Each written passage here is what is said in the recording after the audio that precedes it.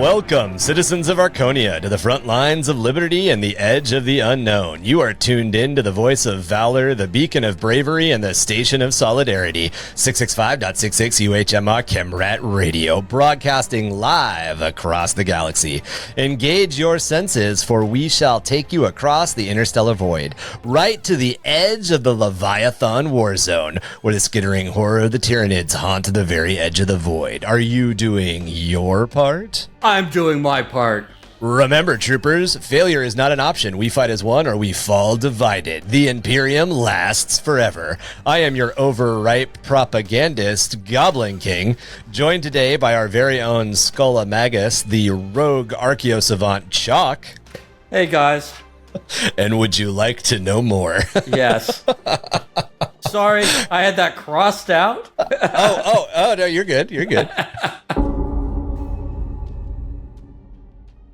So if you didn't pick it up by the little bit of the slight twist there to our radio intro, this is episode 82, Origins of Warhammer 40k, Powered Armored Troopers, the Space Marine being one of the most iconic tropes in modern popular culture, with their origins stretching all the way back to Amazing Stories Volume 7 in November of 1932.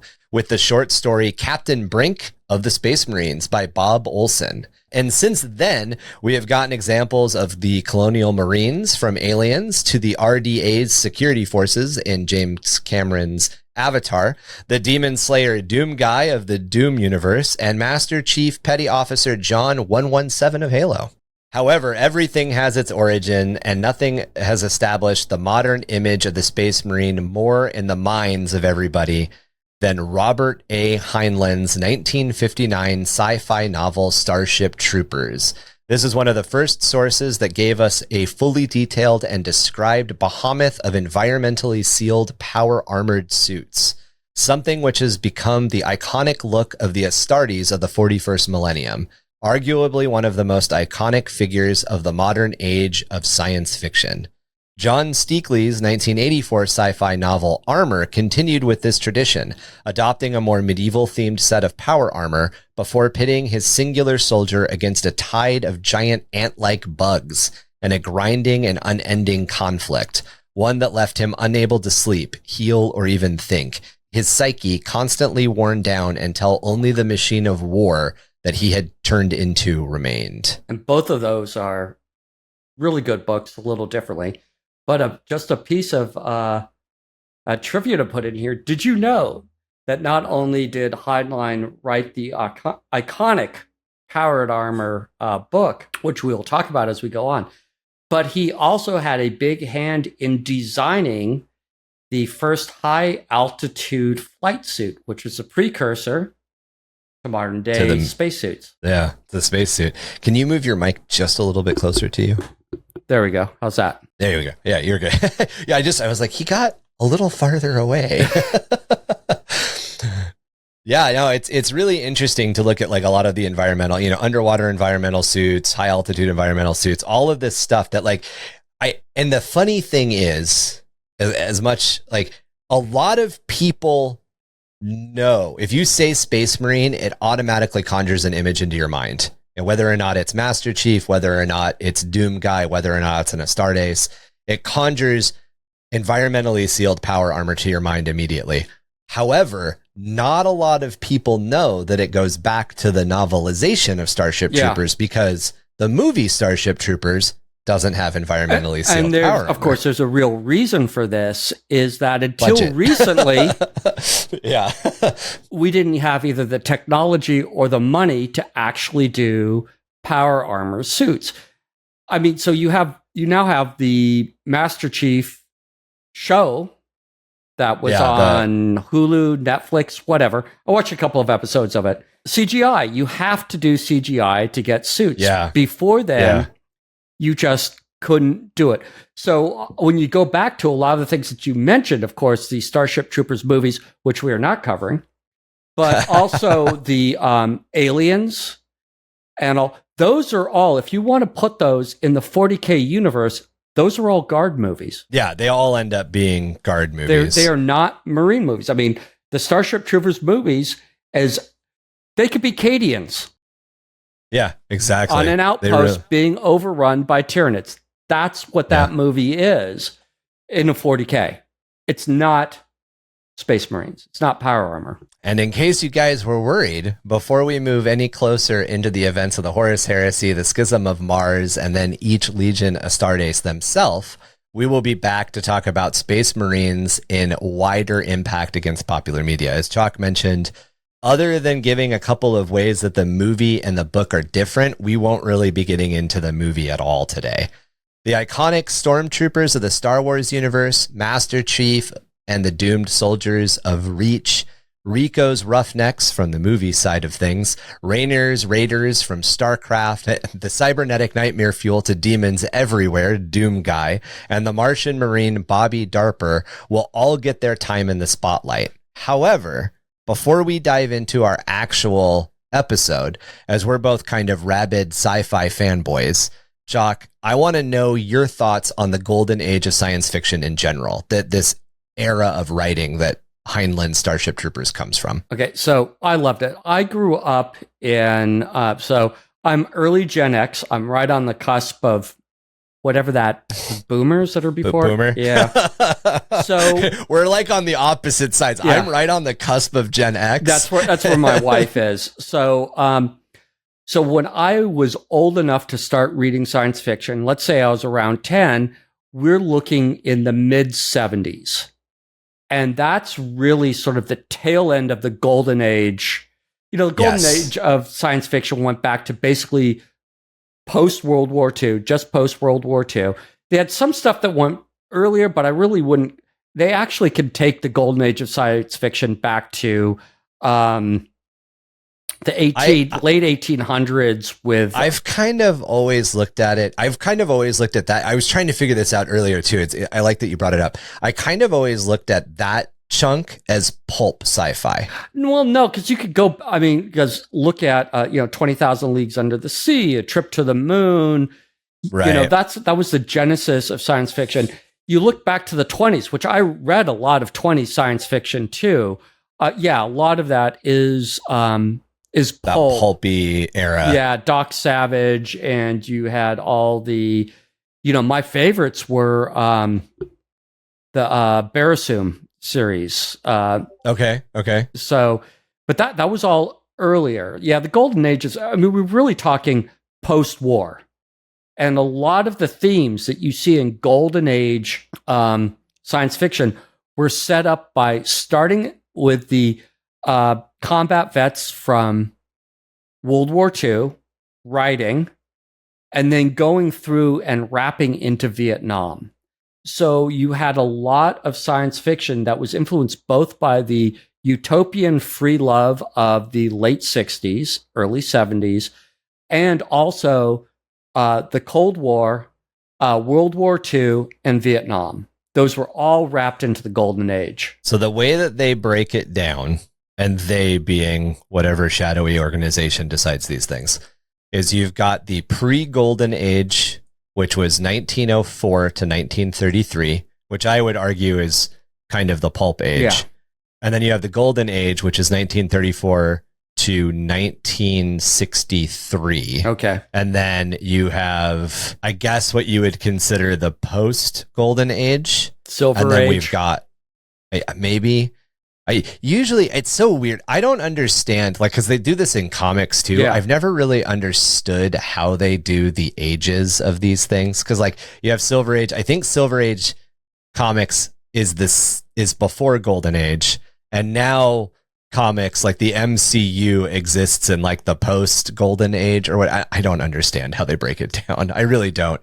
I should probably figure it out. But yeah, I think the golden age, in air quotes, is supposed to be the novels that set how sci-fi is now. Yeah. Like the golden age comics would be the comics that set the way that comics are now, I guess. And I would actually argue the whole reason that I think we chose to throw Armor in is that Armor is cusp. I realize it was released after the Golden Age, but it's very cusp Golden Age Grimdark. It's on that edge. There's some people that talk about Steakley's Armor being at the tail end of the golden age. But Yeah. it was 84, I believe. Yeah, and he's one of the like if you look up grimdark authors, and grimdark really hadn't been an established term yet, but he's a horror that Armor is a horror sci-fi book. Yeah. Armor is a grimdark book. Well, love it or hate it, GW did coin grimdark. It didn't exist before GW. It very much, yeah. It's that whole line in the grim darkness of the far future. That's where I looked it up comes from. not too long ago, and I think the earliest reference to it was in Rogue Trader. Yep, yeah. It's the first time that line is written, and it's after the publication of Rogue Trader, we got this entire new subgenre. Yeah, it's kind of like, another subgenre of science fiction that people argue about a lot is cyberpunk, and where cyberpunk really comes from. Cyberpunk comes when William Gibson published Neuromancer. I can't remember. Neuromancer. Neuromancer uses the word cyberpunk, and that's it. Before Neuromancer, even if it was a cyberpunky novel, before Neuromancer, it wasn't identified as cyberpunk. Cyberpunk didn't exist yet. It's the coining of the phrase that changes the genre. And it's like, kind of like you mentioned, is Jules Verne technically a golden age sci-fi author? And I kind of agree, because science fiction is a really weird, there's actually science fiction stories there's proto science fiction stories going back to like the medieval age. Yeah. And there's even some in there's not a lot, but there's even some that you can like have their roots in like ancient Greece, like arguments in BC ancient Greece that can be considered kind of science fiction-y. They're quaint science fiction, I guess is the way that we would look at it now. But when you look at like Jules Verne and everything, so Mary Shelley, Jules Verne, and a couple of other authors, not artists, from that 19th century, I agree with you. I would kind of consider them to be more golden age, because it was after that time period that the like kind of pulp, the amazing stories, pulp explosion happened, where the 10-cent dime novel happened, where the penny dreadful happened. And that kind of took like a weird, like everything took a break, and then it came back to that. So I get you, because I would do like 20,000 Leagues Under the Sea seems golden age. It doesn't seem, I wouldn't put it in pulp. Yeah. Well, up until one of the things you have to look at is up until the 30s, science fiction was very utopian. Yes. Yeah. When you start getting into the 30s with the rise of fascism in Nazi Germany through World War II and out the other side of World War II into the Cold War, science fiction turned much more dystopian, because our writing mirrors our times. So going up through the 20s and all, what you had was a lot of, we were very optimistic about the future. Remember, we were all going to be flying in cars and have personal jet packs. And, well, we do have TV communicators on our wrists, yes. We do. But we had that utopian vision, and then we rolled into World War II and the Cold War. And as we'll talk as we go along with Heinlein, Heinlein was very much a child of this era. 100%. And his politics show that out. And we'll talk back and forth about what his politics actually were, and what it's been argued by his different his peers, and then people that came after his peer group, and then people nowadays who don't even know that there is a novel called Starship Troopers. But science fiction got much darker. It's like if you're looking today, and let's take if you take some of the big fan universes, and you let's take the grim dark out of it, but if you take just like two of the big ones, Star Trek and Star Wars. Star Trek is very utopian. Yep. Star Wars is dystopian. And it's very much, things have fallen apart. Star Wars is the Mad Max version of Star Trek. Yeah, yeah. And spaceships that don't work, that they're cobbling together, crime syndicates, warlords, evil. That's really what it is. That's the huge difference between the two. Star Wars is a lot darker. in entirety than I think a lot of people understand. But it's presented from a pulp side. Another great example is Battlestar Galactica.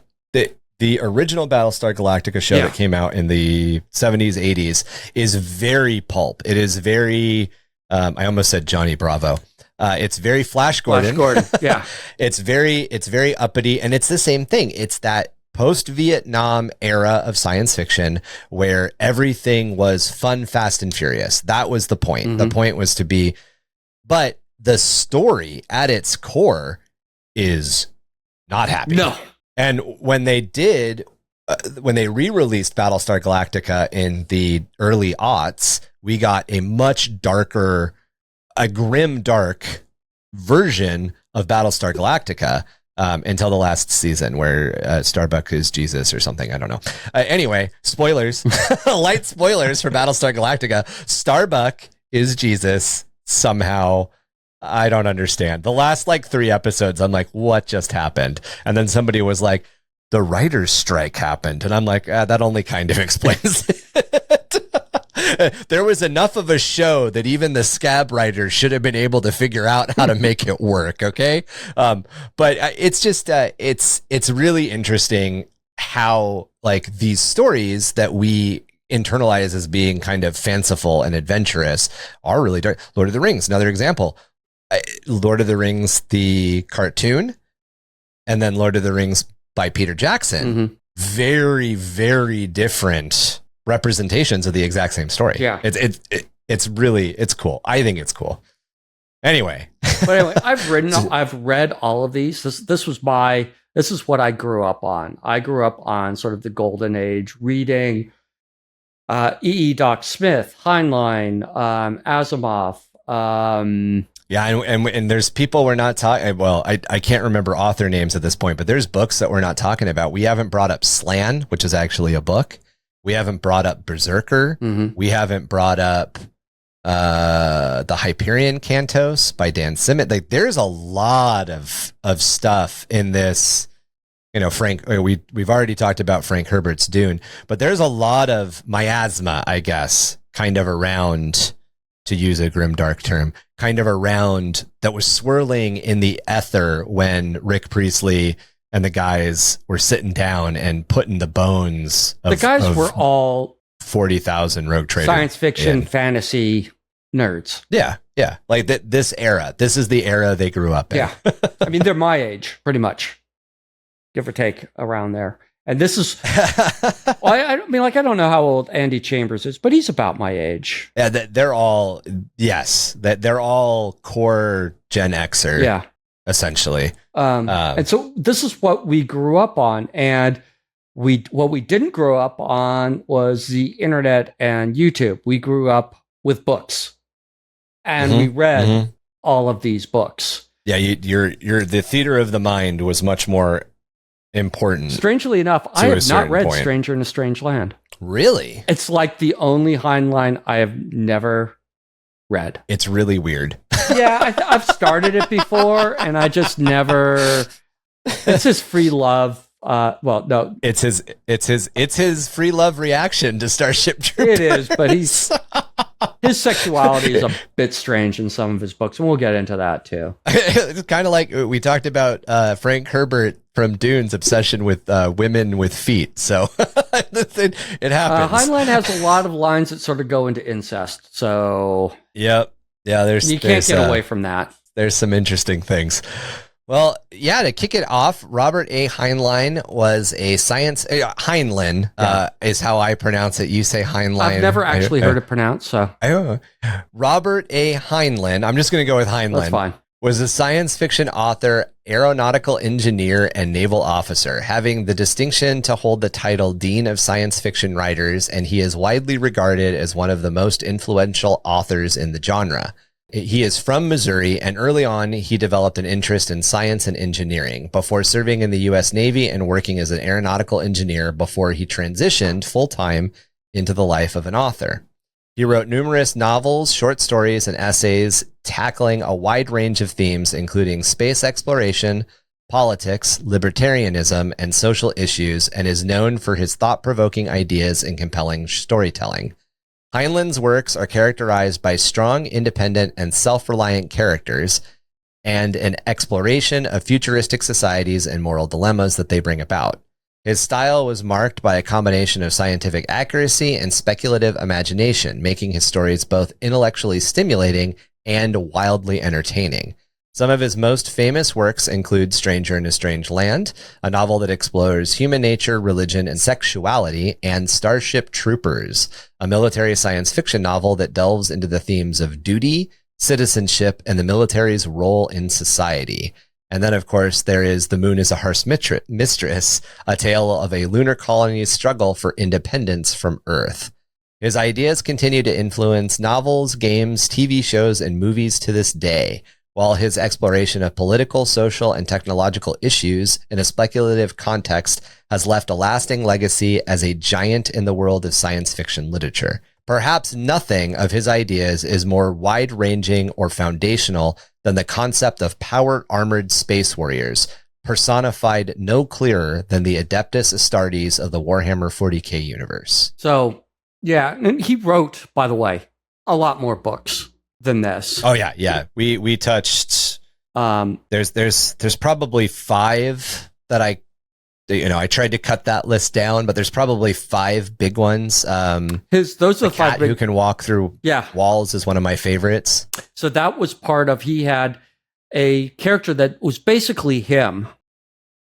That was Lazarus Long, and you have the Lazarus Long saga that starts with the book Lazarus Long, I think, and goes through a bunch, including the cat who walks through walls, which is about, was she an assassin? I think she was an assassin. I believe it's one of those, but that and For Whom the Bell Tolls by Hemingway are like some of my favorite books from when I was younger. But when I actually like they impacted me as a creative writer, they impacted me as a kid, they impacted like decisions I made. But if you asked me to summarize either of those, I have to like sit and really think about it. I remember, if that makes any sense. I read them when I was like 10. I remember the cat who walked through walls has some, I wouldn't say explicit sex, but it had some sexy moments in it, and I know that influenced me as a child.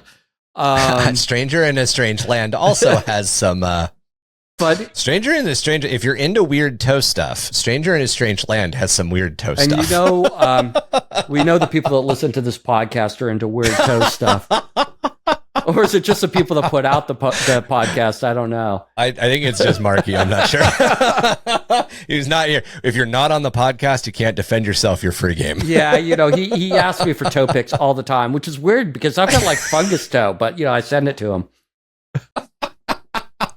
Onlytoes.40k.com. Sorry, I didn't mean to redirect you there, but Heinlein's got some weird ideas. Okay, so he does have some weird ones, and especially in his later works, he really works out. He's a libertarian. Yes, yeah, that's very important. Very important to know. He's a libertarian, and we will discuss that. People talk about him being some of these books being fascist, but he's a libertarian. He is in the right wing, and he is very much anti-communist.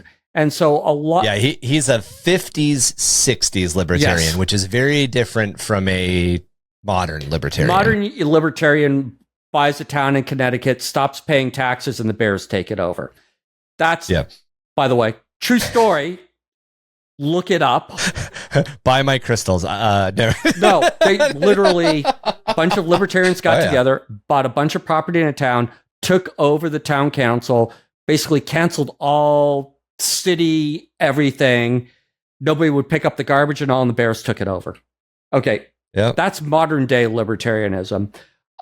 He's a 50s, 60s anti-communist libertarian, which is right wing as a result, you know, it's going against communism, but he also was not a fascist. He fought fascists. Well, not on the front lines, but he was in World War II as well. Yeah. So he is a libertarian. He's small government libertarian. Yes, small government libertarian and very like conscious. Small just like every other any political stance shifts over time. Yeah.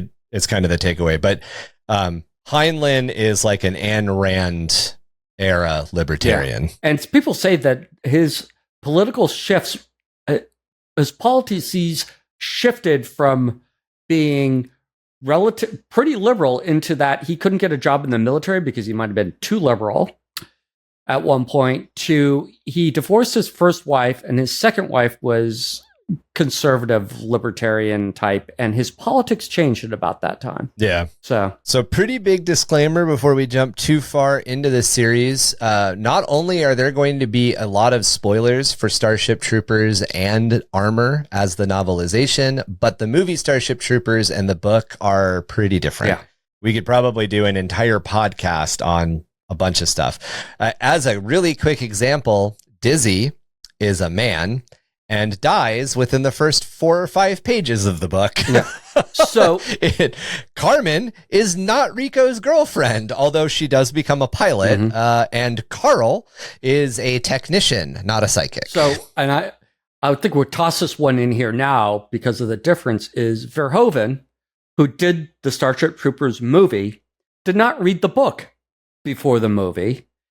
Yeah. And if people are getting their ideas on Heinlein's politics from the movie, what you're getting is Verhoeven's politics. You're getting Verhoeven's reaction to politics in the movie. Yeah, you're getting an anti-war French a French director who is anti-war's perspective on how propaganda is used and if you listen to Verhoeven talk about the movie Starship Troopers and why they made decisions that they made, and then you hear him actually, and this is out there, you can hear him talk about reading the book after the fact. A lot of the things that Verhoeven did were to kind of almost pick apart the other side of the argument, essentially. And they're very, oddly enough, they're very good for very different reasons. And the methodology that Verhoeven used is interesting, but yeah, it comes from, it's a French anti-war director's response to an American war novel, essentially. Yeah. And Starship Troopers, the movie, is very much a reaction to American imperialism, as to where Starship Troopers, the novel, is a love letter to military service. Yeah. So essentially, you can't put them on the same level. And we're dealing primarily with the book because the movie was not an influence on 40k power armor because it hadn't come out yet. And there's no power armor in the movie. There's no power armor in the movie. Yep. So Heinlein wrote Starship Troopers to explore the political and social themes through military science fiction. He was influenced by his experiences in the U.S. Navy, obviously, and he advocated for the idea of service guarantees citizenship, where public service, especially through the military, should be tied to voting rights and holding office. These are kind of libertarian ideals. You have to understand the cost of the system before you participate in the system. Yeah. The novel is set in a future society where only military service grants full citizenship and political rights. A lot of this stuff is a lot of the stuff we talked about so far follows in the footsteps of the movie. I want to say it was public service, not necessarily military service, but the book focuses on the military side of it. Focuses on the military side, but you could still do your non-military. If you were a doctor or some other public servant. Yeah, you could still be a conscientious objector and give your 2 to 4 years doing I don't know what you'd be doing, but doing that sort of thing and get your rights to vote and all. But if you opt out, you can't vote and you can't hold office, but it's not like you don't have the same civil rights as everybody else. It's just that those are the only things you can't do. And Johnny Rico.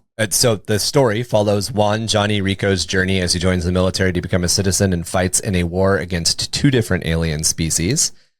And one of the things that's pointed out is that Rico's family at the beginning of the book, it changes later on in the book, is anti-Federation. They are anti-Terran Federation. His father doesn't want him to join. His mother has a nervous breakdown because he joins. Very kind of similar again to the movie plot, at least up to this point. However, Johnny doesn't join to spite them. Johnny joins because he gets kind of carried away in the situation. And essentially, there's a moment in the novel pretty early on where he has this idea of like, well, if I don't join, I won't know the man I am. And he actually has this realization after he signs his paperwork. And the paperwork says 2 years or as long as we need you. Yeah. so it's not 2 years. It's 2 years if you're lucky, forever if you're not. But one of the things that the book really stresses that the movie doesn't, is what like one of the big first divides, is not the mobile infantry. The Terran Federation in the book does everything possible to dissuade you from joining into service. The guy that just like the dude in the movie has one arm and no legs and says the mobile infantry made me into the man I am today. That character in part exists in the book, and he greets them and says like, think real hard, boys. This is your future. There's no shame in backing down. You won't even get in trouble. You can leave at any time. And then they give him a 48-hour leave to think about it. And it's very interesting how like kind of Rico's the mass train, if you want to say, of like Rico's consciousness and Rico's connection to Carl sweeps him away. He gets grabbed by this rip current of just emotion and torn into the mobile infantry. In the book, that's how the book kind of goes. And the book is not a war book. No, it's not. It actually there has are 2 battle scenes in the entire book. It's not like hard military science fiction where they're going from battle to battle. It's very much like Full Metal Jacket. It is, yeah. It is very close to Full Metal Jacket. So basically, you almost the entire time goes through boot camp and he explores his feelings as it applies to the military, and then also how things change when the bugs do bomb Buenos Aires and all, and then his family sort of switches, and his mother is on vacation in Buenos Aires and dies. His family doesn't live in Buenos Aires, and then his father, who is opposed to Federation service, joins up and serves under Rico in the mobile infantry. It's real.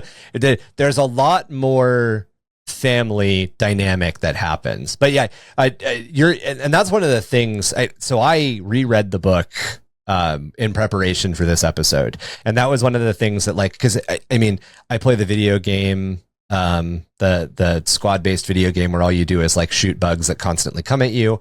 The movie. I really like the movie it's like World War Z. I love the book World War Z, and I like the movie World War Z. I like them for completely different reasons. And this is the same thing. I love the novel and I like the movie, and they are for completely different reasons. I don't hold them in the same esteem. But the thing that really stuck with me is I remember, and it's framed really well. So Rico is on mission on planet, basically, and the first conflict they go into is not against the bugs of Klendathu. It's against the Skinnies, which is a completely different alien species that isn't even talked about in the movie.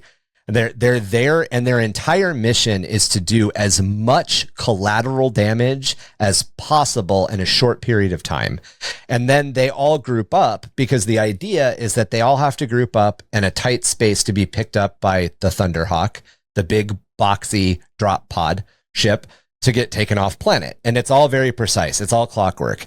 And when they're picked up and they're leaving, Johnny goes into his memories about boot camp. And then essentially the rest of the novel until the very end is him recalling going through boot camp. And then it ends with the assault on Klendathu, essentially, for lack of a better way of describing it. One of the things that, one of the commentaries I saw, and it's always like, oh yeah, Johnny Rico is this blonde-haired guy from Buenos Aires. It's obviously a Nazi and all that. It's like, he wasn't from Buenos Aires. In the movie, he was. That's one of the things where you have to look at the difference between the book and the movie. Yes, the movie was very much saying that the Federation were Nazis.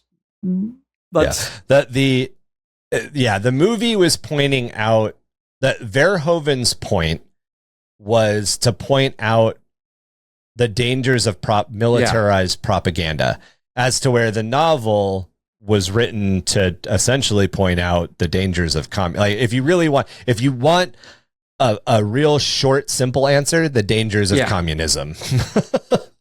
But yeah, so the novel examines the themes centered around duty, sacrifice, the complexities of warfare, why warfare exists, and it emphasizes the personal responsibility and that person's responsibility to maintaining discipline in a functioning society. So it's essentially not what you can do for your ask not what your country can do for you. Ask what you for you. Ask what you can do for you. Yes, thank you. So you start and end with faceless killing machines. That is the first scene. That is the last scene. That's what Space Marines are in 40k for the most part. Unless you read some of the books, it goes a little bit. But basically, big guys, faceless power armor. That's the bracketing. That is the first and the last. The entire meat of the book, the central part in this sandwich, is humanizing the people that are in the suits. And you have the whole thing with Rico going through everything that, and they have even further flashbacks with him, him talking with his professor, who is Michael Ironsides in the movie, and all. Who in the book, he never fights. Yeah. In fact, the character that Michael Ironside is in the book dies in the first sequence as well. So, it's more like it's the part in the center is like sort of humanizing the person that's inside the suit. And it really is talking about military service, responsibility, the whole thing. We're not saying that this isn't right-leaning military and even toss in some authoritarianism in there. But it's really more like military nationalism, which is very much what we were going through in the Cold War. It was very much a product of its time. And we'll get into some of the controversy that surrounds it. But another thing to point out is that in the contemporary day, when the book was released, when the novel came out in 1959, the contemporary reaction to it was, is this fascist propaganda? Because a lot of his contemporaries didn't really understand what was happening. Now, of course, in a post-1990s world where the movie exists, that's been muddied even more.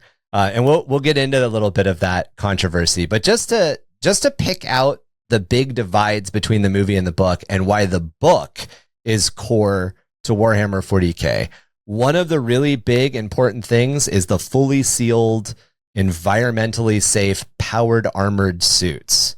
These guys also drop onto planet in drop pods, and it's kind of like a mix between the classical 40k drop pod, and I would almost call it a boarding torpedo. Now, you are singular. You're the only person in your drop pod. You're being dropped from space in this capsule that breaks apart as you go through the atmosphere. And then to put other targets into the air, so you're less likely to get hit. And then you get this like streamer, which is like a drogue chute, and it goes down, and then you get dropped down to a little bit more, and then you hit the jets. Yeah, and they all have one of the things that didn't make it to overall Space Marine armor, but when you look at Space Marine armor as in the various different styles that it comes in, they all have jump jets. They all essentially have assault backpacks. Yeah. Every Starship Trooper has an assault. Every member of the mobile infantry has an assault backpack, an assault jump pack. To put it into 40K terminology, and especially tabletop terminology, think about these guys are being deployed by teleportation because they're coming down scattered across the field from orbit. They're not coming down. It's not like you have a drop pod, boom, the drop pod, you have to sort of like scatter. Where does the drop pod go? And then everybody comes out as a unit. They're basically parachuting from orbit. Yeah. And these are things that aren't seen in the movie, but they're definitely things that influence the Space Marines. Because the Space Marines that's the thing. The Space Marines are the shock and awe unit, just like the mobile infantry. That's kind of their place. The other big thing to point out, obviously, is there are more than one Xenos species, and the Terran Federation doesn't like the Xenos. Yeah. There are a couple of other big similarities that we'll get into a little bit later. But to actually get into the argument that came out, that the kind of the elephant in the room between the two different discussion points on the book and kind of how they've been muddled by Verhoeven's movie. And to be really clear before we get into this, Verhoeven and the other writers didn't dislike Heinlein or see Heinlein as a bad person. They just weren't reacting to the 1930s to 1940s and the Soviet Union. They were reacting to what they saw as modern imperialism. So they were taking the same idea that Heinlein was kind of arguing with and then shifting focus to a modern problem, because making an anti-Soviet Union movie in the late 90s would have had a lot of people going, what? Like, it just, there's no context. Mm-hmm. The Red Scare isn't happening anymore. So there's not really anything there. But Starship Troopers has often become the subject of debate when it comes to its portrayal of fascism versus national pride or national libertarianism. Some arguing that the novel presents elements of fascism, while others contend that it primarily focuses on national pride and the concept of duty to one's country, duty to oneself, duty to one's family and society. And we're going to go over a couple of key points in the discussion. But as you brought up, Chac, a lot of the people who argue that Starship Troopers, I almost said Super Troopers, completely different franchise and movie. Broken Lizard and the Super Troopers movie, very far removed from Starship Troopers. But it's not fascist. I mean, when it was written, it wasn't, and, you know, it's kind of you put it really well. It doesn't have any of the, except for the nationalism and the promoting the military, it really doesn't have any of the other 14 points of fascism in it. Yes, exactly. So it's not really, it is pro-military. It is definitely nationalist. And if that was taken further, then yes, it could fall into the fascist. But you also have to remember, this was written as a juvenile book. This was a YA book. This is technically a YA. Yeah. It's always weird to me that, like, because we don't think of YA existing before, like, I don't think of YA existing before, like, the 90s, because that's when YA became very expressly YA. Like, everything had a love triangle. But yeah, like, a lot of this stuff, a lot of this speculative fiction was written towards it was turned readers. Down for the juvenile part of the publishers. They didn't say why. Was turned down, and he made some changes. He got pissed and made it darker. Yeah, it's so great. And then it was a bestseller. But but it was originally written, and the battle scenes in it were put in there for the kids. Yeah, because the majority of the book it's a deep book. It's a deep book. The majority of the book's boring. For if you're a child. I mean, I read it as a child. I read it as the age that it was targeted at, but it's a slog in places. The interesting thing, before we get into the fascism elements versus the libertarian elements and kind of get into the discussion of why it's not fascist at its core, is that Heinlein did disagree, or Heinlein disagreed, I guess is the way to say it, with the U.S. signing the 1958 Partial Test Ban Treaty. Pay attention to that date, the 1958. And that was against testing nuclear weapons on land and sea and in the air. It was basically a big coming together where Russia and the U.S. signed something saying, hey, we're not going to detonate shit anymore because we can tell it's causing problems. He very strongly believed that the U.S. needed to maintain the rights to its strong military. And part of that was having a strong nuclear program. So he opposed the banning of the partial test ban. And in fact, he kind of wrote Starship Troopers as a spiteful reaction to it, which is, it's just an interesting, it's one of those things where that's one of those things that's kind of weird in a post-nuclear age. In an age where we kind of look at nuclear technology a little bit more for its abilities for like power and a little less for its abilities of like destroying entire cities, we have a tendency to like, wait, he wanted more nukes? That's creepy. And that kind of leads to that post 90s reaction that the book is ultra bad. Maybe not ultra fascist, but ultra bad. I mean, his mobile infantry, his space marines, had grenade launchers that kicked out nuclear hand grenades. Oh yeah, the mini nuke grenades. Yeah, the mini nuke grenade. That made it to the movie. Yeah. There's actually an entire, I bring it up a little bit later, but there's even an entire 30K unit. I can't remember what they were called, but they were kind of despised by other Space Marines because they were sent in.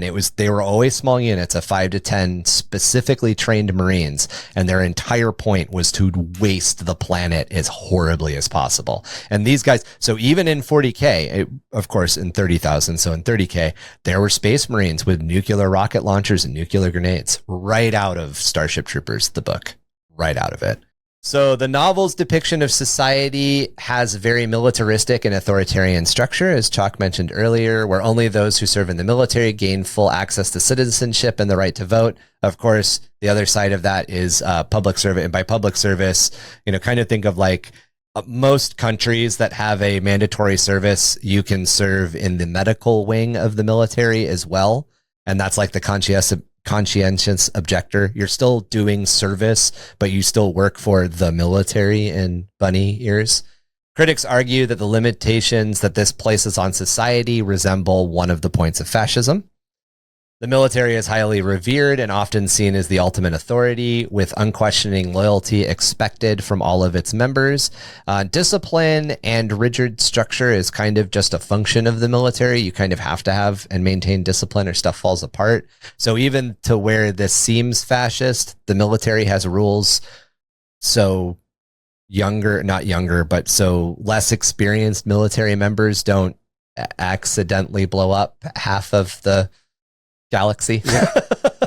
Heinlein emphasizes a strong centralized government and the exclusion of certain groups of non-military personnel from all citizenship, and that's led to some of the association with fascist ideas. One of the big ones is, and this is actually a central character conflict, which I believe people took out of context and made into Heinlein.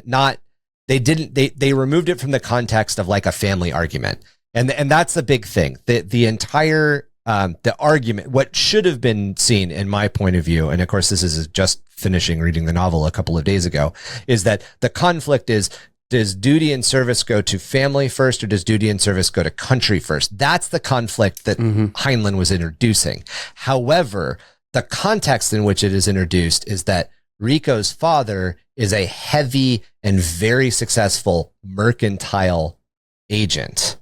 And he wants Johnny to follow him into the merchant class. And the merchant class, by this system, is expressly not part of voting rights. Right. And I think in the post-World War II reaction, that if you were of a different mindset, and obviously there's lots of mindsets, that mirrors really closely the fact that the mercantile class was targeted specifically by the Nazis.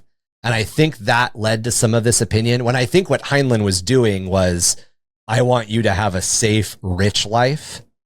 And that was the point that Heinlein was making. I want you to have a safe, rich life. I want you to follow in my footsteps. And I'm a businessman, because business was kind of booming in the 50s and 60s. Everybody was starting to make a lot of money. This is kind of the explosion of the middle class in America. And that's what Heinlein was focused on. And I think a lot of people took it as the fact that like he was a businessman who did merchant stuff as being like this shady undertone, like the money lenders are the bad guy, which was not, I don't think at all what Heinlein meant. I can see where if you read like half of the book, you could get that. But I think when you read past Rico's father joining the military part, it kind of becomes, oh, this was a family dynamic. This had nothing to do with classism. Well, I partially agree, but I also partially disagree, because I think it was setting up that they are two different classes. There are those that serve and those that don't serve. But I don't think it was like a Jewish shopkeeper thing. I think it was showing the way that I took it, and I haven't reread it as recently as you have, but it was showing that you could be prosperous and successful and do all this stuff without serving. But if you don't serve, you can't vote or hold office. And that is the split between them. So you have exactly. You have the elites that have served and you have the elites that haven't served. They're viewed differently, but it's their lack of service. And I think once again, this goes back to showing that this was supposed to, this was really promoting sort of national service in the military. And I think also you have to look at it is a lot of people who came out of World War II would look back at the people who didn't serve in World War II. Remember, the male population, so much of it served, it was actually, I don't know what actual percentage of the country enlisted, but it was looked at those people. I think it was 10%. Yeah, it always seems that it's much more than 10%, but it was only like 10%. Yeah. But then the people that... Well, a lot of people don't understand, like right now, only about 1% of the population in the United States serves in the military. But when you look at them, World War II, that 10%, only 10%, that's actually only 10 times as many. And still the majority of people did not serve. But we have the whole thing about there were no men in the factories, so all the women had to do it. It seemed like what's been put forth, both propaganda at the time and looking back retrospectively, that all the men served. It was about 11%. 11%. Yeah.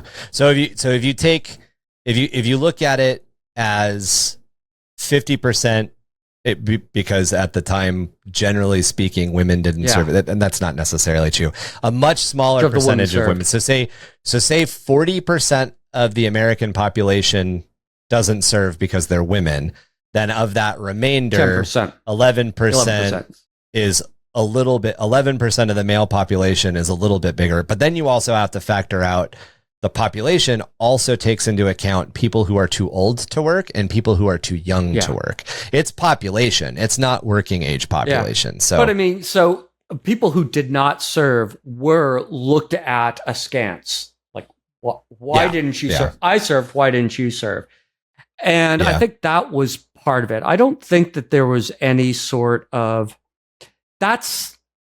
you can call that classism, and it's definitely worked as classism in the book, but I think it is I don't think he meant to it. And if that wasn't clear, I don't think Heinlein meant to imply classism. I think people veneered classism I think they did over his work. I think what he was doing is he was pointing out is the difference between people who served and didn't serve. And I think that grew out of World War II, basically.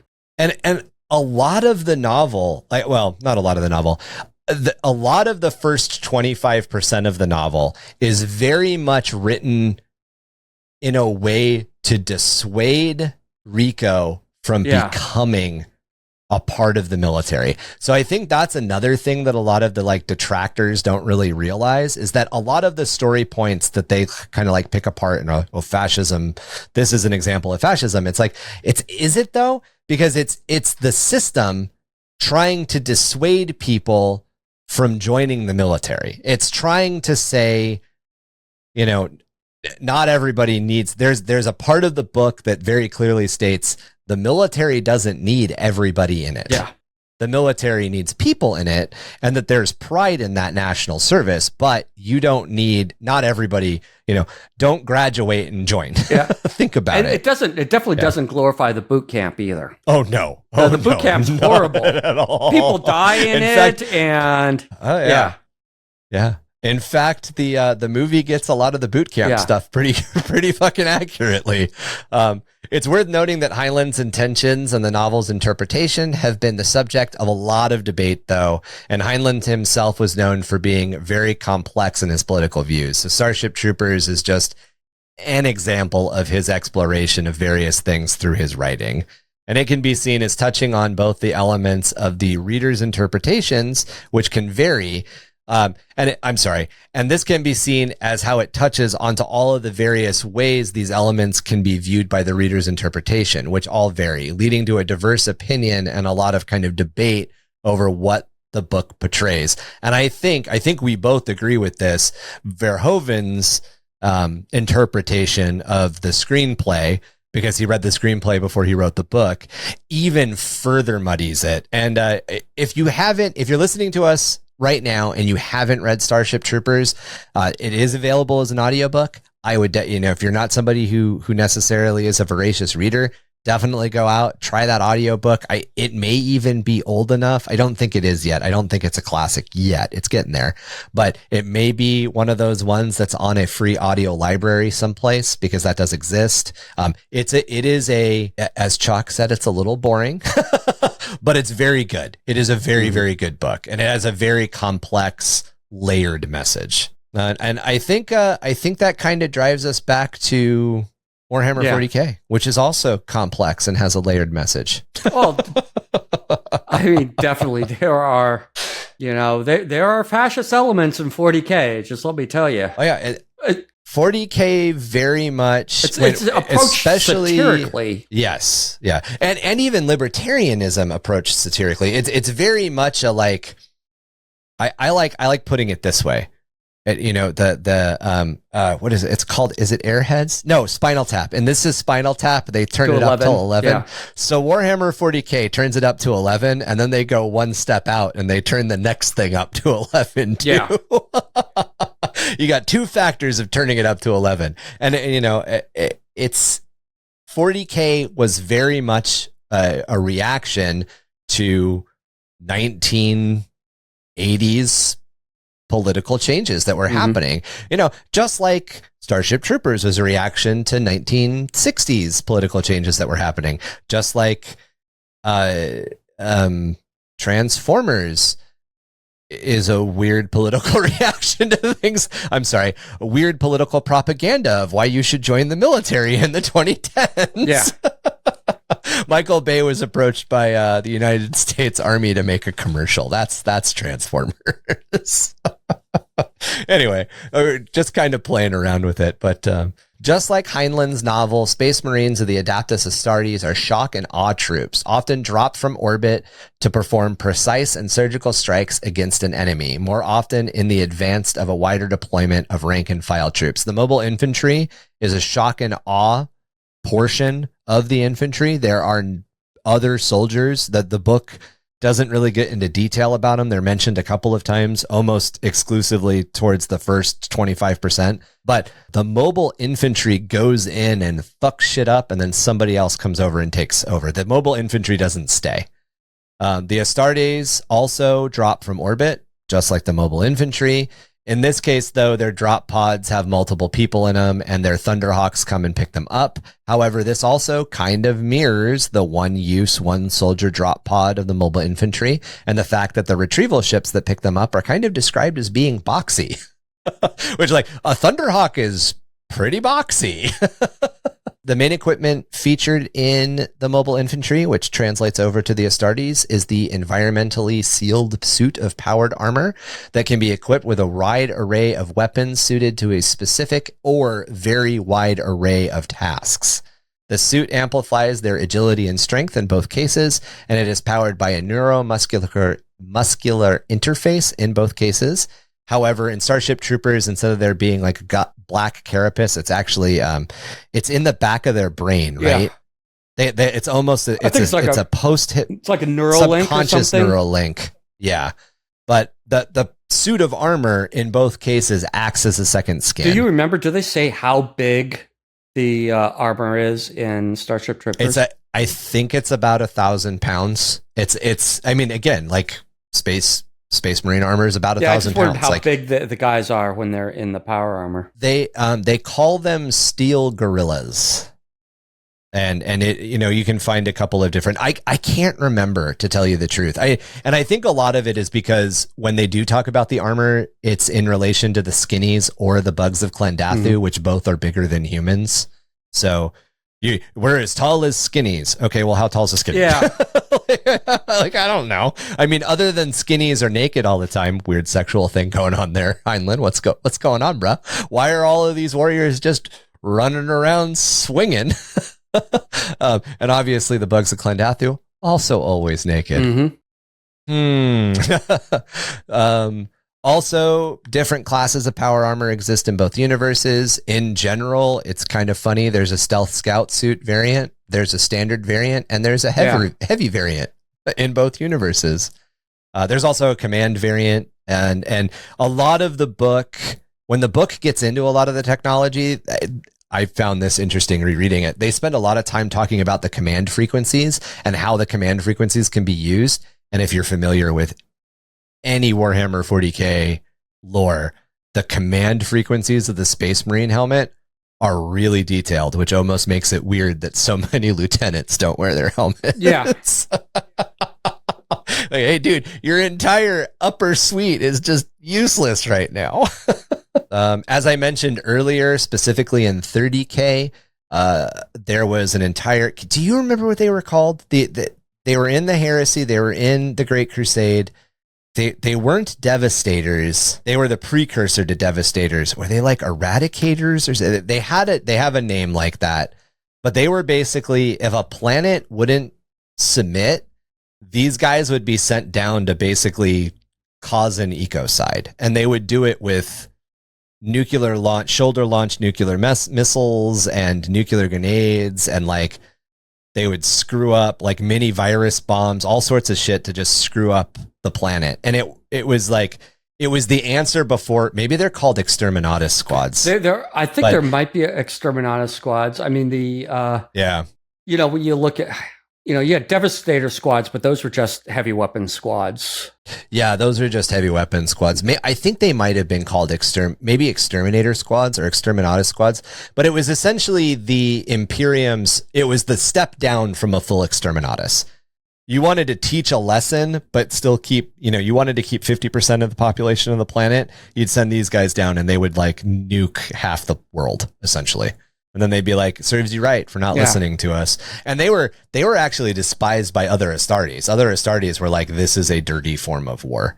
But in Starship Troopers, they have mini grenades. Like that's a tactic they use. They have hand flamers.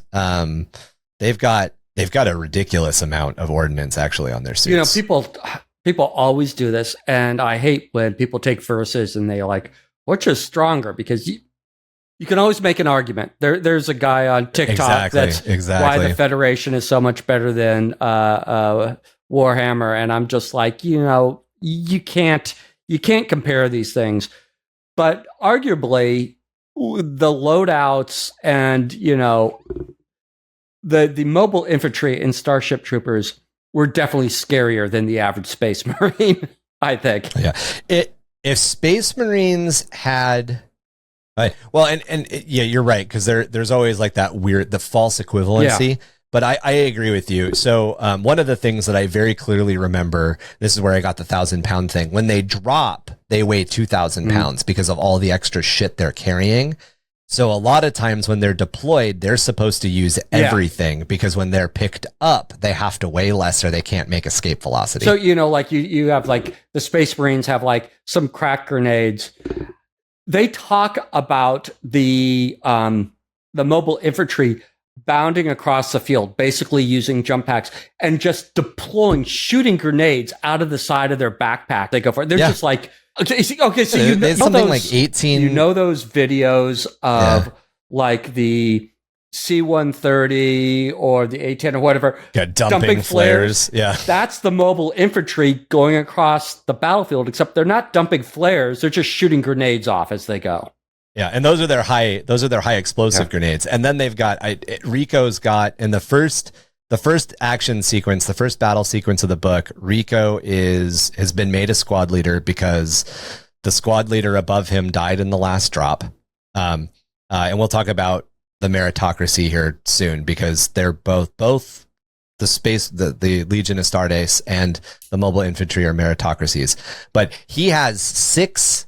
He's got like 24 high explosive grenades and 25 incendiary grenades. And he has a hand flamer, and he has all of this crazy like dragon breath shot and all of this crazy shit that he's got, all of this ordnance that he has to drop.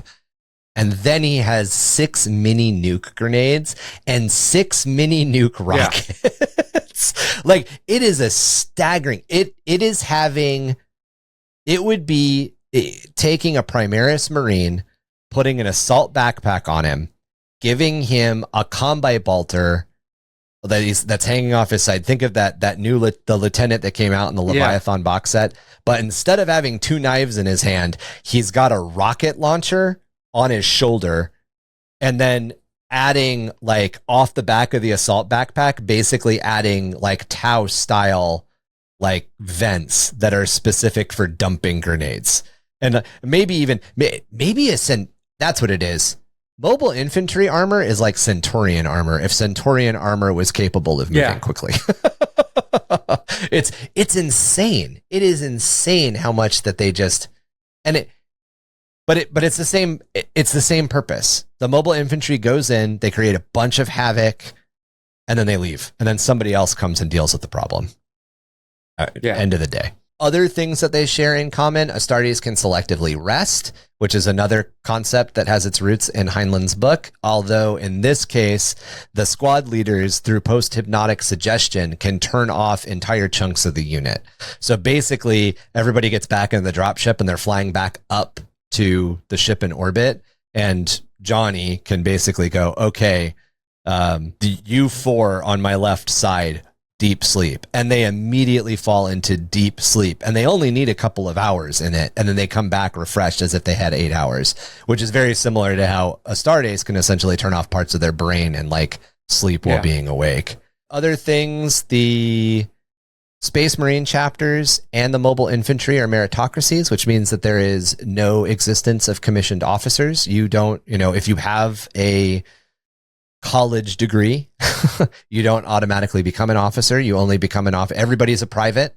You only become an officer. You only become a chapter master. You only become a general through your service. Your service record determines how well you do, which is reflected very quickly in the movie. But it also, that's one of the things that kind of follows along with the book. Johnny has these opportunities through his actions, through meritocracy, to become elevated. So he starts as in his recollection of boot camp, he starts as a private, but when you're introduced to him, he's essentially a squad leader. But he's not a squad leader.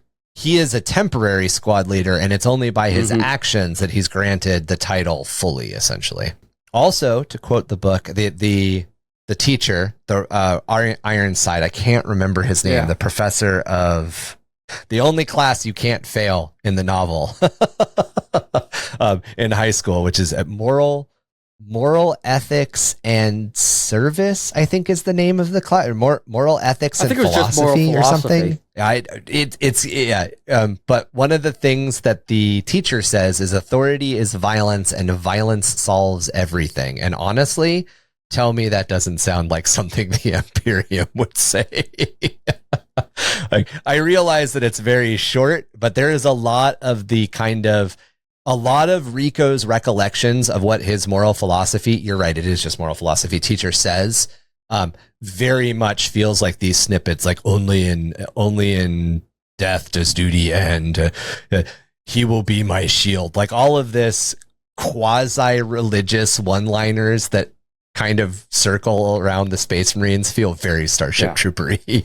Yeah, and then of course we've gotten into military service being something that Heinlein was really big on, but to pull that into the Warhammer 40k universe, Astartes are celebrated as these virtuous warrior monks and close to demigods by the populace of the Imperium. And on the other side of it, Guard veterans are often gifted high roles in society when they retire, and some of them get all the way up to planetary governorship. So military service for the Imperium also rewards the people that are in it. It's the meritocracy element that Heinlein made a core to the mobile infantry totally translates to Imperial culture.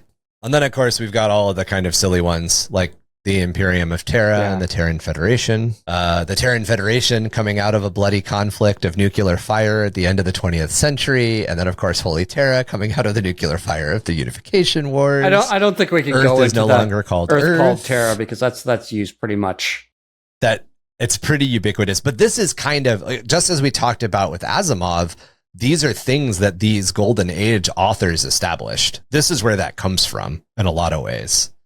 Also, as you brought up, you might not survive mobile infantry training. You might not survive your aspirant and novinet training as a Space Marine. In fact, even after you've become a Space Marine scout, you might not survive. You might die before you get your full armor. And the same thing in the mobile infantry. They say something, they talk about paying for it. The dude who has no arm and no legs, that's also in the movie, he's in the books. And he doesn't have arms and legs when he's in the recruitment center because they're trying to dissuade people from joining. But then Rico meets up with him later and he's got arms and legs because of advanced technology, bionics. Yeah. But he mentions, well, I paid for my service, and some people, even in basic, buy the entire farm. So there's this whole idea that you can die in training, which is very, you can die in your surgeries as a Space Marine. So, yeah, everything that you were saying, I was jumping ahead a little bit, but obviously the bugs or the Tyranids, unlike we talked about the aliens, but the aliens are very specifically more like gene stealers. They're both Tyranids, but the body horror from aliens is different from the massive bug attacks of the Klendathu. The swarm. Yeah, the swarm attacks. The skinnies make me think of, and part of it is they're not really well defined. So the skinnies aren't really well defined, but they kind of make me think of like Nordics, like from ancient alien lore. The really tall, bald grays that have blue eyes. That's what they make me think of. Or I guess they're pale. They're not gray. Yeah, and it is in the book too that the bugs have like anti-spaceship bugs too. That's not just the movie. Yeah.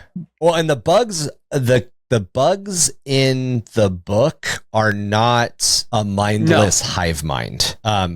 They are very different. And I'm actually pretty sure that even I really should remember this, but like here's the thing with the book. A lot of the stuff that deals with the two alien races isn't as important as the movie makes it at all.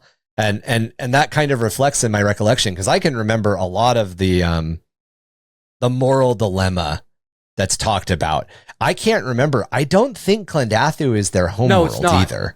And I'm pretty sure the actual conflict happens because the Terran Federation's colony is expanding and the Klendathu colony is expanding, and their territory touches each other. Like that's the actual conflict. That Buenos Aires being wiped off the map in both the movie and the book is a function of war rather than the bug menace trying to crush us. Like that entire thing is kind of it's Buenos Aires was not the only city that was lost. I mean, they dropped rocks on Earth. Yeah. They used kinetic and because they're smart, and part of it comes down to, well, if we're going to colonize what's left of your planet, it can't be irradiated. They used kinetic weapons. They dropped asteroids on the planet, and they wiped out a bunch of cities. It wasn't just Buenos Aires. So the only other things that I want to bring up in Starship Troopers before we move over to armor is rigid discipline and adherence to battle doctrine is very big in Rico's mind. Plays a lot to his memories with the mobile infantry. And of course, 100% translates to the Astartes program. And also the Schola Progenia, to even take it out one step and go to the Sisters of Battle and the Commissars. And then another thing, which is linked to both of them, is public corporal. What is that word? Public corporal punishment. Spankies. Right? Yeah. Get whipped in public censure. I look at the Sisters of Battle, look at the Archaeoflagents and the Sisters Repentia. That's a form of corporeal you look at it all throughout the Schola Progenium, and they're just basically abused. Oh yeah. So, yeah. 100%.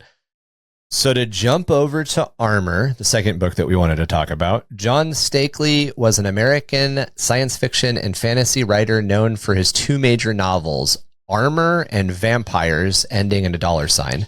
He came from Texas, and he worked as an English teacher and a commercial artist before pursuing a full-time writing career. Armor, written in 1984, is Steakley's most acclaimed work. It's a military science fiction novel set in a distant grimdark future. Again, he wrote it before grimdark was coined, so they call it horror sci-fi. The story follows the experiences of Felix, a soldier who becomes a member of the human forces fighting a brutal and relentless alien enemy known only as the Ants. There again, there's your Tyranid reference.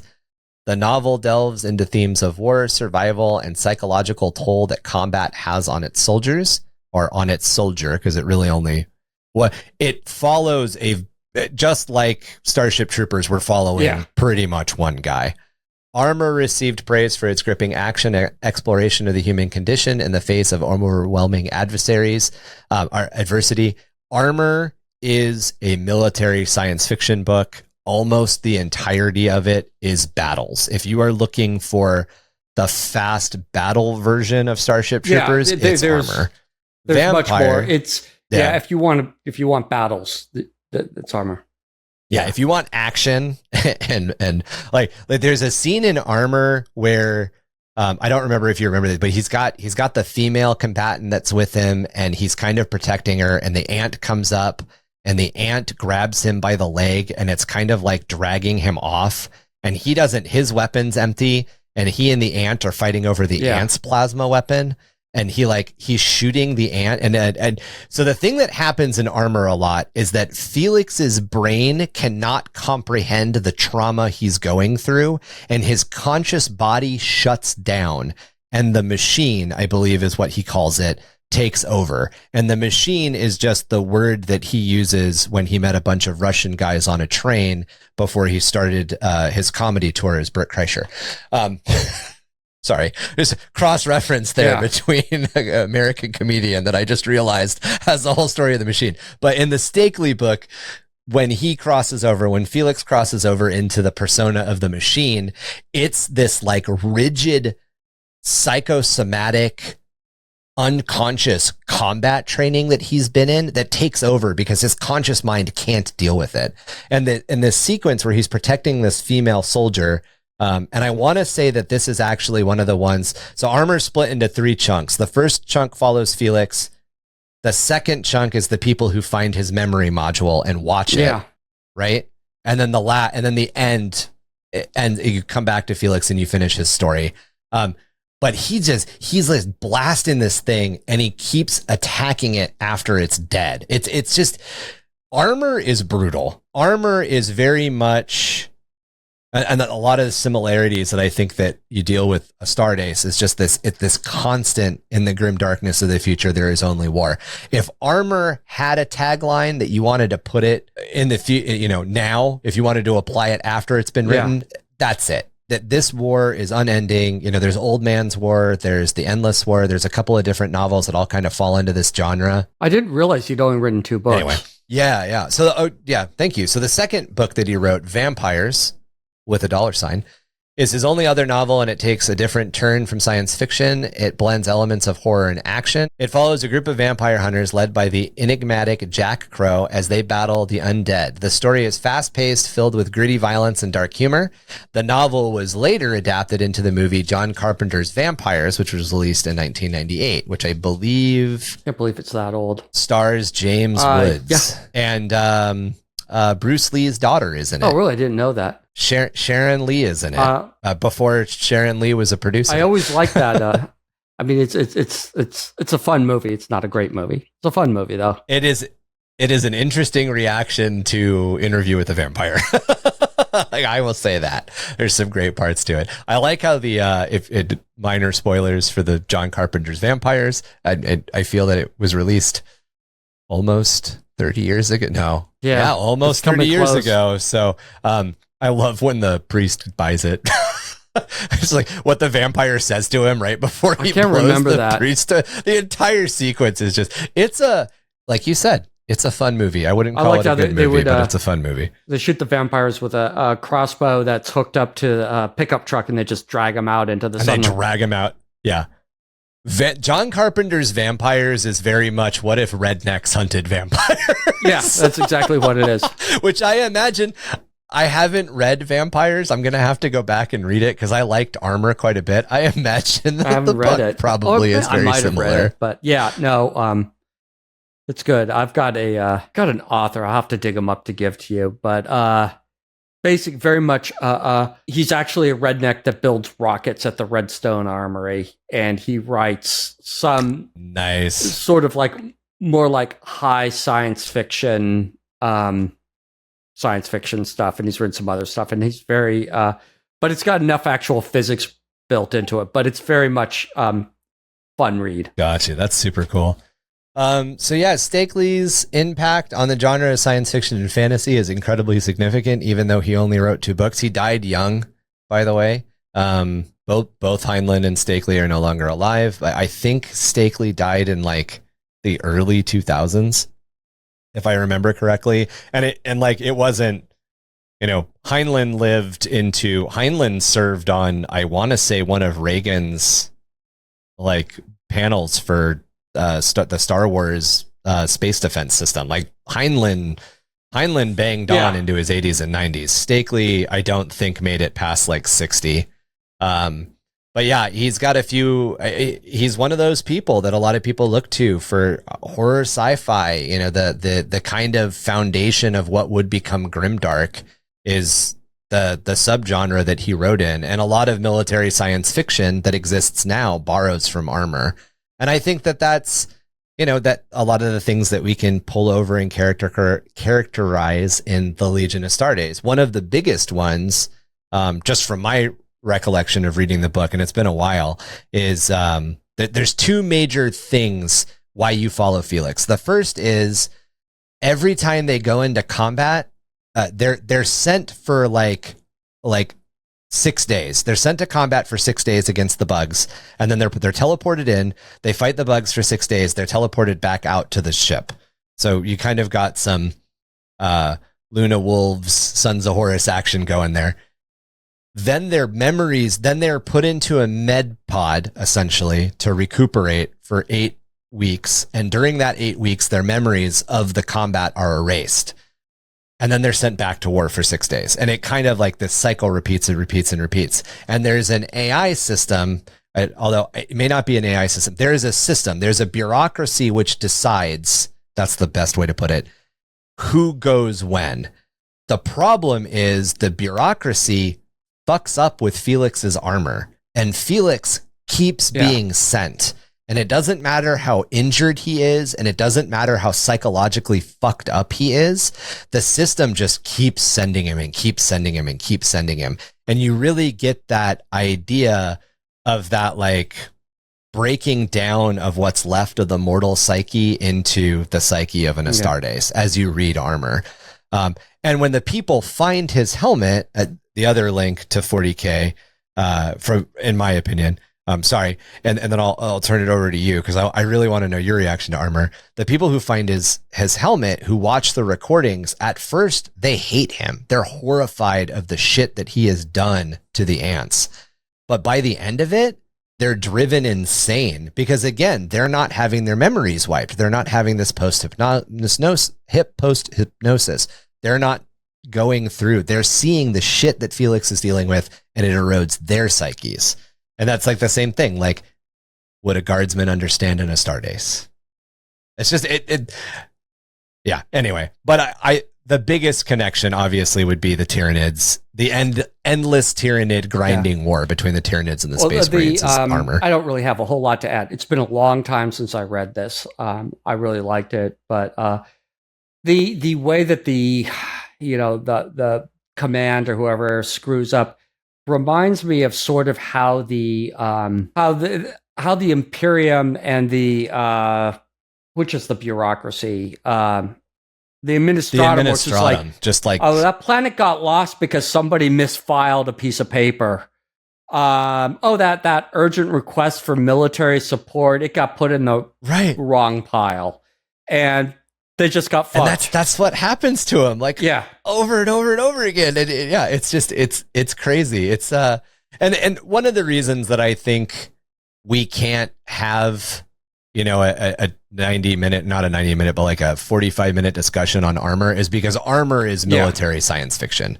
And military science fiction is it's battles. If you want cool battles in power armor, that's very reminiscent of, I would actually kind of say, Grey Knight armor, the way that it's described. Yeah. Armor's your book. If you want a lot of the, like, why does the government function concepts that made it to 40K, Starship Troopers is your book. Like, they appeal to different people. I start falling out of a lot of the hard military science fiction because I just like, oh my God, we have another space battle. And there's some like really, really good ones. What's the one with the female protagonist? Very famous. Honor, the Honor Harrington series. And all of his, I think it's a guy, all of his books that are put together. Really, really well written. They have a lot of political stuff and all, but I just get like mind numbing. Oh God, it's another battle. Oh God, it's another battle. Yeah. And I just stopped reading it after a while. William C. Dietz is another author that I really like who does military science fiction. He does, he writes the Legion of the Damned, no correlation to the Legion of the Damned in the Warhammer universe, but he wrote the Legion of the Damned novelization. And in those, everybody who's well, not everybody, but quite a bit of the people who are part of the Legion of the Damned, which is essentially the sci-fi French Foreign Legion. Yeah. And they have essentially Tau battle suits, but the people that pilot the Tau battle suits are brains in a jar, and they are criminals. Yeah. They're military criminals. And when they are not in their battle suit, they exist in endless darkness with no concept of time. So it deals with like as much like military, like big mechs fighting big monsters as happens in the Legion of the Damned, or For Honor series might be its other name. As much of that shit exists, it's also this like weird, horrible cycle. And that's what I feel military science fiction needs, just like you brought up. It needs that weird psychological, philosophical, what the fuck to exist. You can't just have Pacific Rim over and copy and paste. I mean, you can, it's fun, but you got any closing thoughts on it? Sorry, I didn't mean to dominate like the second half there. No, that's okay. You had a lot of stuff to go through. And honestly, I don't remember Armor that much. It was a long time ago that I read it, and it didn't stick with me as much as Heinlein's work did, because I was always a really big Heinlein's fan. Yeah. I think one of the things we need to keep in mind, if you go back and read any of these older books, and you go back and read some of the early 40K lore, and you look at everything, I've talked to this with my students before, is you have to place that within the context of the time that it was written. And exactly. Yeah, I think that's a huge takeaway of looking at Starship Troopers, the movie versus Starship Troopers, that's the why book. They're so different. They were written in different times from different viewpoints. They tell the same story, sort of, but not really. It's got a lot of the same beats. But if you actually told Heinlein's story, it would be boring. If you actually followed it, it would be, well, it wouldn't necessarily be boring, but it would be Full Metal Jacket with mostly the first half. Remember, everybody always remembers the first half of Full Metal Jacket. They never remember the second half of Full Metal Jacket, which is actually when they get to Vietnam. I never thought about it, but the more that you've said that, the more that like Full Metal Jacket is honestly a better Starship Troopers movie than Starship Troopers movie. It really Starship Troopers movie. If you took the boot camp part of that and sort of started with, okay, you had a battle, opening battle sequence, then go back to boot camp. Set in Vietnam, Vietnam movie, opening battle sequence, set in Vietnam, cool battle sequence. You took the air cav assault from Apocalypse Now at the beginning, and then you had him as he's flying out, he's remembering boot camp, and he's remembering this guy that killed himself or whatever, or you had a full boot camp. And then you end it with the end sequence from Platoon. Yes. That's the Starship Troopers. Because that's how the book, the book, just like the movie, stuff doesn't go well on Clendathu for the mobile infantry. No, it doesn't. But that's sort of how it goes. And it's not your typical war movie where your typical war movie might start with the guy in boot camp and then transitions out to, and then you have battles for the whole time, because that's what people are there to watch. They're not there to watch the boot camp unless you happen to be Stanley Kubrick that's producing it. Even then, you might not want to watch it. Did you ever watch Generation Kill? No, I never have. I've missed a lot of the Middle East conflict. Yeah. But one that is good, that actually it's good, relatively real science fiction. Not science fiction, modern military battle that has a lot of the same things you like is the SEAL movie. Navy SEALs with no. With Charlie Sheen? That's an amazing. I love Charlie that movie, Sheen. but that is definitely core 90s what the fuck action. SEAL, hold on. SEAL River battle scene. YouTube river fight scene. Gunboat getaway scene. Yeah. Okay, so this is, I'm hoping this won't play. Stop. And this is from River Gunboat battle sequence. They're on a Swick boat. But anyway, if you look at it, it follows the SEAL team, but you'll notice a couple things. One, it starts off with a guy on the beach looking at the orders, and it talks about, he's going to, spoiler if you haven't seen it, he's going to die by the end because he's got all this, my family, blah, blah, blah, blah, blah. He's going to die. Is it the one that was made by the SEALs Act of Valor? Yeah, Act of Valor. And the whole thing is... That was an interesting movie. The other reason is there are no stars in this. Do you know why there are no stars in it? Because they're all SEAls. Because they're all military guys. Yeah, they're all actual SEAls. And they put them... I've seen interviews with the guys. They're like, when they land on that submarine, you know what they were doing? They were landing on a friggin'... It is a 2-hour Navy propaganda movie done with active service Navy SEALs. Yeah, they had a production team too, and they had like broken something. Bandito Brothers. But it was there are no stars in this movie. No, they're all active service military.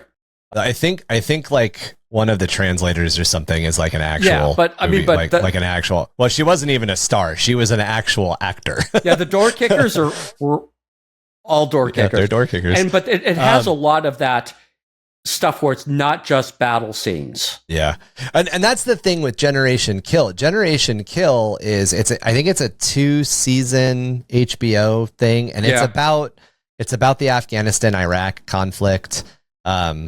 In general, I think most of it takes place in Afghanistan. I can't remember. It's been a while, but the show does not focus. The show focuses on the hurry up and wait elements of the military.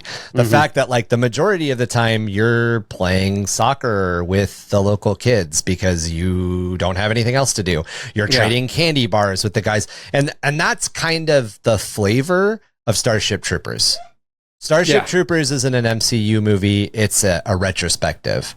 But I think without getting any more into the silliness of the movie, which we're getting to, that kind of wraps it up for this episode of Warhammer Origins, Warhammer Origins, giant men in Space Marine armor. I can't remember. What did we name it? Space Marine armor.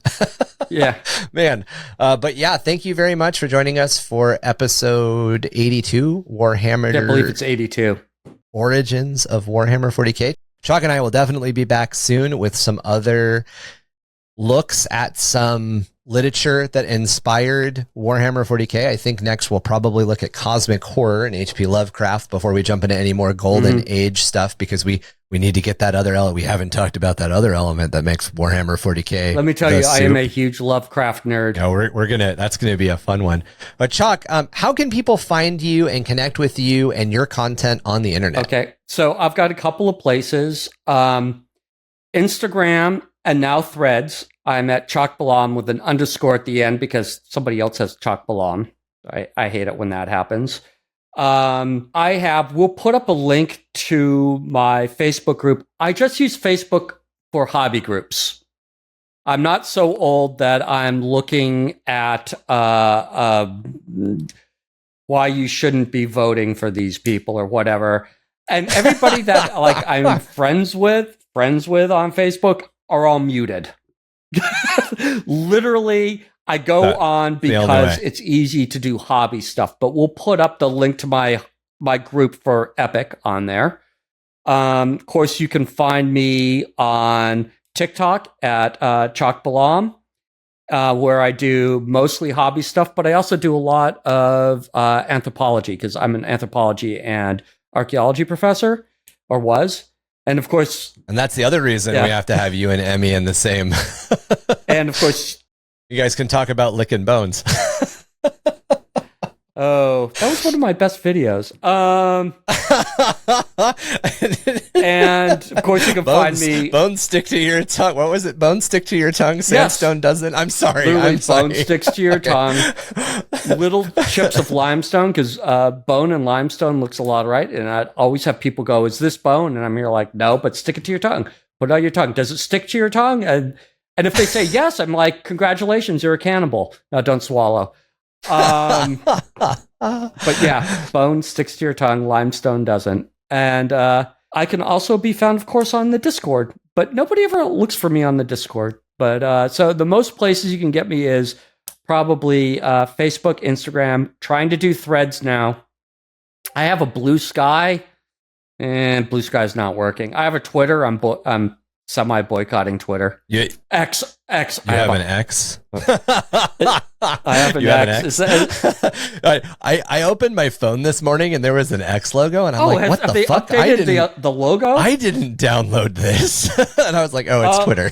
They haven't updated it on mine. Mine still has the bird. The blue bird. I can't believe he burned the last little thing that Twitter had by getting rid of Twitter. It's kind of weird, but yeah, we'll have Chac's link tree down in our show notes, as well as any of the other links that you guys might need to get to him. But if you want to share your thoughts on Starship Troopers or military science fiction books or golden age science fiction books, or you want to send us your short stories, your lore, and your spooky dookies, you can do that by hitting us up at email with underthehiveofmadness@gmail.com or jimdarkgaming@gmail.com. You can also join our community on Discord. Not only can you talk to us, including Chac, about the lore, hobby, tactics of Warhammer 40k, but you can also get involved in other topics such as Warhammer the Old World, Warhammer the Age of Sigmar, Magic the Gathering, role-playing games, video games, and everything else that we talk about. You can also find us on Facebook, Instagram, and I, along with Chuck, I'm also on the TikToks. I'm going to have to figure out this Threads thing. I'm not on X. I'm not on Twitter anymore. I made the decision a while ago to stop being involved with Twitter because I just didn't realistically, like I could try to take a stance, but I just didn't use it. Yeah. You can also find us at our website, which is www.underthehiveofmadness.com. All of the spellings, our link trees, Chac's link trees, all of that stuff. We drop it down in the show notes to help you guys out. Please, please, please, if you enjoy our content, go ahead and help our podcast grow by liking and reviewing us wherever you get your podcast fix. Our home is Spotify, but you can also find us on Apple, Google, Audible, and many, many more. You can also support us on Patreon. It is www.patreon.com/underthehiveofmadness. All Patreon members get access to a video podcast so you can see our beautiful faces, including Chac's beautiful face, and hear all of our award-winning blunders and mistakes in real time because I do minimal editing over there. All Patreon levels also get access to our quarterly painting contest, which Chac has won. And we also have perks at higher levels, including at this point, there should be some links to some merchandise that Patreon members get access to first before it goes wide. So go on over and check that stuff out.